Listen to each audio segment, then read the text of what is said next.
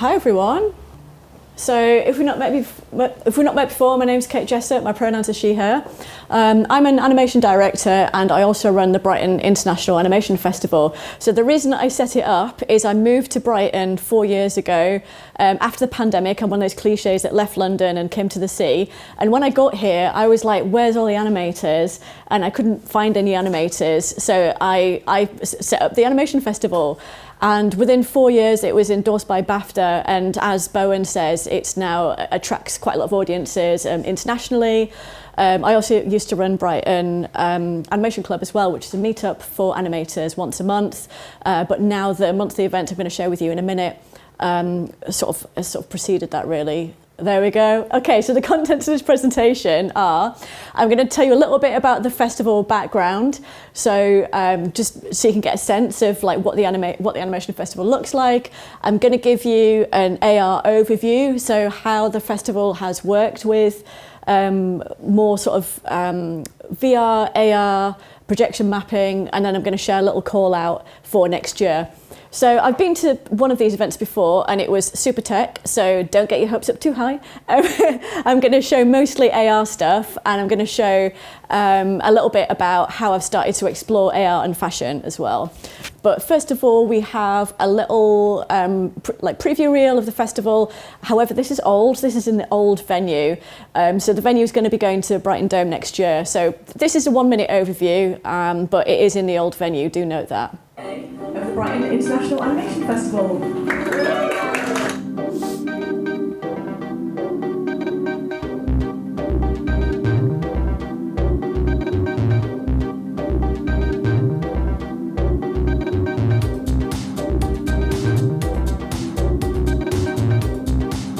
That's one of the exhibitions.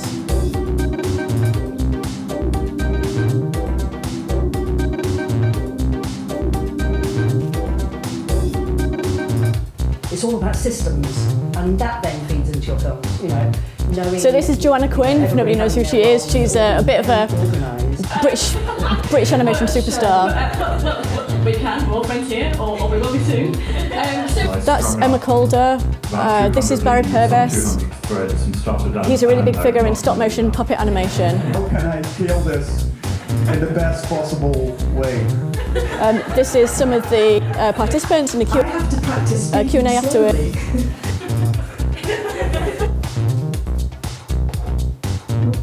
Oh, that's Sean Clark, the animation course leader.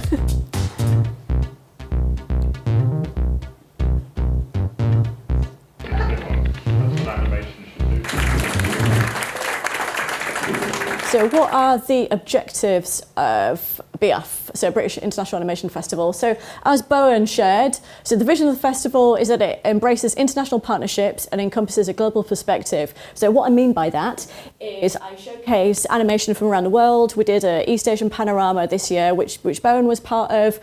I showcase work from India. We've had India, Pakistan, Iran, as well as Eastern Europe, Western Europe, Northern Europe. So I like to showcase animation from all around the world, which showcases a range of perspectives. I also do quite a lot of curating for other international festivals. So I've worked with Stop Trick, which is based in Slovenia. I just co-created a program called Can Feminism Be Funny? And the answer is maybe. I've also taken the queer program to quite a few festivals, Czech Republic, Anifilm. I also took it to Kosovo, which was interesting, in the Balkans, and also Lesbos. So a lot of the queer so I get quite a lot of invite because I specialise, one of the programmes specialises in queer animation and no one else does, certainly in the UK. Another objective is that it provides an accessible space, an inclusive place for people to learn about the medium. So there's always an animation workshop there. The example I've got in a minute is 360 turnaround. We're going to have that again this year. We've also had charcoal animation, erasure animation. and lots of industry talks. So we've got workshops, we've got industry talks, we've got creative programs, and it's always open for submissions, but there's sometimes some specially curated programs. So for example, this year, so Emma Calder, who was in the preview reel, was another big figure of British animation, in addition to Joanna Quinn and Barry Purvis. She unfortunately passed away quite suddenly last year, and she was a friend of the festival, and she was part of the AR exhibition. So I'm going to do a retrospective on her. So LIAFR this year as well, the London International Animation Festival, their opening gala is going to focus on Emma. So I'm also going to do a programme I'm going to do a retrospective of Emma's work. One of the other objectives is that it's being accessible. So I think I am the only animation festival in the UK that has BSL. So there's BSL at every event, and all the films are captioned. So part of the regs is that when somebody submits their film, it has to be captioned.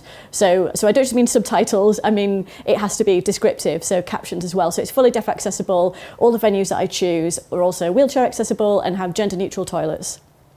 So just if you've never been to an animation festival, why festivals? So in terms of an animator, why would you go to festivals? So you go for knowledge exchange, a little bit like these sorts of events really. So I have quite a lot of industry speakers. Like last year we had Brighton Zoo, who are a Brighton-based studio. Next year I'm going to have Golden Wolf. Previously I've had Vivian Hallis, who is now she owns the estate of Hallis and Batchelor, which were like early pioneers of British animation. So knowledge exchange, it builds communities. So again, a little bit like this, it helps you to build contacts. I know networking is a scary word, but I always like to say it's like, it's basically like people that you're making friends with who like to do the same things as you. I think that's what networking is. But also it's good for you because you can help to develop your profile as an artist or a filmmaker. So this is just a little overview of the different kind of program examples that you might see. It changes every year. Some of them stay the same. It's not looping, never mind. So I usually do tend to have puppet stories, so that focuses on traditional craft, so a lot of traditional like Eastern European animation, so lots of like puppet animation, so not Eastern European, but that's traditionally where a lot of the time it comes from. So The Unnatural World, that's actually coming back this year. That's films that have a focus on the environment and nature. It just depends on what comes through. I didn't have any last year, but that's going to be a focus again this year.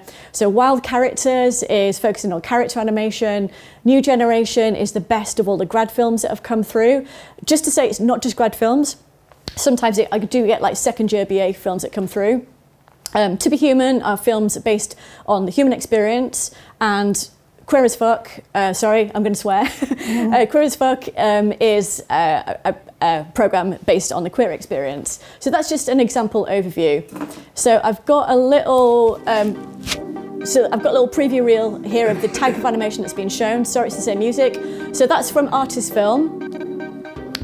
So that's from puppet animation. That's from The Unnatural World, based on nature. I think that one was Wild Characters. That's Wild Characters. That's Puppet Stories. Can't remember this one.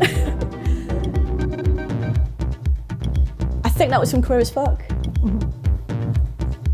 That was a film from Canada. The filmmaker came through. So this is a couple of years old now, this reel, which it'll say the wrong dates. Okay. Yeah, so an example, okay, that loops, never mind, my GIFs start looping. So we did this a couple of years ago, so I like to differentiate it. So if you've not been to a 360 turnaround life drawing class, it's where the model stands in the middle. There is a circle of seats that go around, and about every sort of 5 minutes you set the timer, and you draw the model at every angle, and then by the end you should have a 360 turnaround of that model, and then you put it into animation software. So I'm doing that one again. I'm working with Leo Crane from, they were called Figuration, they're now called Packed Lunch, I think. So that's an example. So we're going to do that one again. Yeah, okay. So I also do monthly events as well. So I kept meeting people who were like, I didn't realise we had an animation festival in Brighton. Where can I see the programmes? And I'm like, you can't, you missed it. So I've ended up repeating a lot of the programmes for people who missed the annual festival. So this is Pay What You Can, and it's just upstairs at Presuming Eds. And actually it's been pretty successful. It gets packed out every month. So it's Pay What You Can, and also it helps it helps me for income to run the annual festival as well. But also it serves as a kind of meetup as well. So as I said, I was running Brighton Animation Club, and then I was like, how many monthly events can I run? So now Brighton Animation Club is basically the monthly screenings, and then we all go downstairs and have a drink afterwards. So there's quite a lot of animators that come to that. And so there's the live drawing was monthly, but again, I was just doing too many monthly events. So there's draw drag, there's draw dancers. So just to say, Bowen actually won best drawing of the night for this particular draw drag. So I mean that's an amazing drag artist. They're called Galian. So they dress up as an alien, and they were one of the models. So those are the kind of models that we draw. So I'm setting up Twister life drawing for the next one, which is based on the game Twister, and there's going to be 2 models, and we draw the models in the poses of Twister. I thought this would be really good for animators to learn to draw different poses. Okay, right. So in terms of use of expanded animation, so I feel like this is what animators say, but it kind of bleeds over into XR. So expanded animation it could involve like projection mapping. So it's anything where you're not like sat down, you watch a screen, there's a beginning, a middle and an end. So it's use of animation within different platforms. So I do like to work with expanded animation. So I don't think that we do that very well in the UK. Most of the countries get more funding for animation festivals than the UK do. But a lot of European festivals are really branching out into expanded animation in the way that UK isn't. I don't think I've ever been and seen any VR in the UK. I've never really seen projection mapping in the UK. Every time I go into Europe, it's always there. So I've taken quite a lot of influence from that. So in terms of projection mapping, so this was in Fabrica, that's my old venue. I'm going to be at Brighton Dome next year. So whenever there was a Q&A or whenever it was like between screenings and people were chatting, etc., there were projection mapping that was going around the altar. So that was done by Rob and Rachel, who are AKA Film Spotter. They're also tutors at East Sussex College, which is based in Lewis. Cool, so we're now on to AR stuff. So what I like to have in the festival venue, so between screenings, I really enjoy having an AR exhibition. So this is a curated exhibition, so it's always a call out. So it's free every year, the call out, and I think of different themes every year. So this was the first year that we did it, and it was No Planet B. So this was responses to the environment. So this one was about butterflies potentially getting extinct. The one in the middle that actually ended up winning, that was a Danish animator called Sara Koppel. If you've not checked out her work, you should check her out. She's based in Copenhagen. She's amazing. I actually met her at a festival in Denmark, at Viborg. So I met her at Viborg Festival, VAF, and she was doing an augmented reality walk around the city, which is really interesting. So anyway, so the middle one is Mother Nature. And I usually do these, I usually like raise money for different charities. So I usually sell these off. I always say to the artists, at the end of the exhibition, you can take home your artwork, but if not, are you up for me selling it for charity? So we've raised quite a lot of money for different charities, like quite a lot of mental health charities, like Rethink, Big Moose, Grassroots Suicide Prevention, so quite a lot of different charities. The one that we had the year afterwards, again, yay, okay, is Utopia.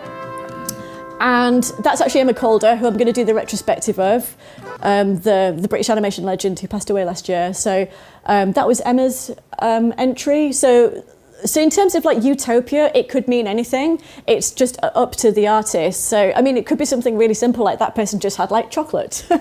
Like eating chocolate is their utopia. And some people just went a little bit more, I don't know, kind of philosophical. So last year was Heroes, that was the exhibition. And again, this is open to interpretation. Really beautiful painting on glass piece by an artist called Sally Pierce. So that's the piece that's activated. And it's really interesting what people think of her heroes. So she was like, bees are heroes to me. So obviously it could be an animal, it could be an object. I was thinking of people, of like who is your hero as a person, but it was quite interesting, a lot of the different interpretations that came through. Cool. Okay, so if you see me on the left, that's me in my animated dress. So I then started to branch out in terms of thinking about how animation could be adopted throughout the festival, so not just in the exhibition. So I brought an example here. So every time you come to the festival, you will see a person who's going to check your ticket, and they are wearing one of these. So I am usually wearing one of these as well, in either dress form or etc.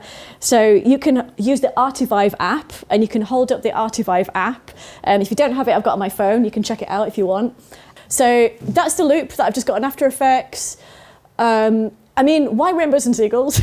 I mean, rainbows because I'm, I guess, the only festival in the UK that has a queer programme. Seagulls because it's Brighton. So that's sort of ended up being the kind of emblems of the festival, really. So that's a breakdown. I've also got, so this is the jacket that I was gonna wear, but it was too cold. So I branched out. I did a foiling workshop in London. So I had this old leather jacket, and I did a foiling workshop, and I did a stencil on the back, and then I made that AR as well. So there we go. So you can see it animated. That's me in the studio demonstrating my jacket, and that's what it looks like when it's animated. And that's just basically the rough kind of stencil. So for the workshop, I made the stencil, sent it to the foiling workshop guys. They put it into a stencil for me that I could then put onto the jacket, and then there's different colours on the jacket. And then I made it into AR afterwards. So that was the jacket I was going to wear tonight, sorry. But if you come to the monthly event, if it's not too cold, I'll be wearing it then. Okay, so I want to do a call out. So if anybody would like to work with AR, the next theme is going to be Revolution. So it's free to submit, and Revolution could mean anything. So it's what does a revolution look like to you? What does revolution mean to you? The deadline is the 14th of January, so you've got a couple of months, and it's usually 5 to 15 seconds, and it's looped. So all you need to do is you need to put together a trigger image. So for example here, so the first frame, if your animation, is going to be the trigger image. Then have 5 to 15 seconds. You can have sound or not. It's going to end on the same image, so it's going to be looped. I've been using iJack for the exhibition just because Artivive can sometimes be a little bit fussy. I think it's better than it was, but you'll see that on here, the graphics are quite clear. So it quite likes it if there's like a clean line, if there's quite bold colours. So Artivive can sometimes be a little bit sensitive, I guess. Whereas when I was kind of finding the sort of entries, like something like that, like painting on glass, I feel like it might not be quite bold enough to activate Artivive. I mean, maybe things have come on since I first set this up. So in the end, I've ended up working with iJack because then it just depends what people send through. So if people send through entries and they're not that clear and it's not really lining up, it's fine. I can just work with the QR code. So they're both free apps. So iJack is a free app that sets it off with a QR code. Artivive, obviously I don't want a QR code on my t-shirt or my dress, so Artivive is used for that, but it just needs really bold graphics. So this is a theme if anyone is interested. So where they go, so you'll see that's in Fabrica, but it's going to be at the Dome this year. So in Brighton Dome, there is the cinema space, which is where all the screenings are going to be. And then this year, the festival have got their own private bar area. So in the bar area, that's where the exhibition is going to be. And it's just a really nice talking point. So lots of animators or visitors or audience members, between the screenings, they like to hang out and do the AR, and it's quite nice. It's a bit of a conversation starter, I guess. So it's how lots of people end up chatting with each other. Cool. So just to talk about this upcoming festival, if anyone in the room is a VR artist and you would like to have your work shown, this year for the first time I'm going to set up a VR hub, and it's going to be opposite in the Unitarian Church. So Unitarian Church, I didn't realise, the Dome actually pointed them out to me. They've got a really big side room which you can hire out. It's bigger than this. It's like maybe like double the size. It's huge, and there's going to be 4 headsets that are going to be there, and the hub is going to be open on the Saturday and the Sunday afternoon. So if anybody would like to submit some work, it's free. All you need to do is send me an email, which is here. So next year's festival is going to be the last weekend of April. So if anybody has a film, as in like a film that you would want to show on a screen that has a beginning, a middle and end, hang on a minute.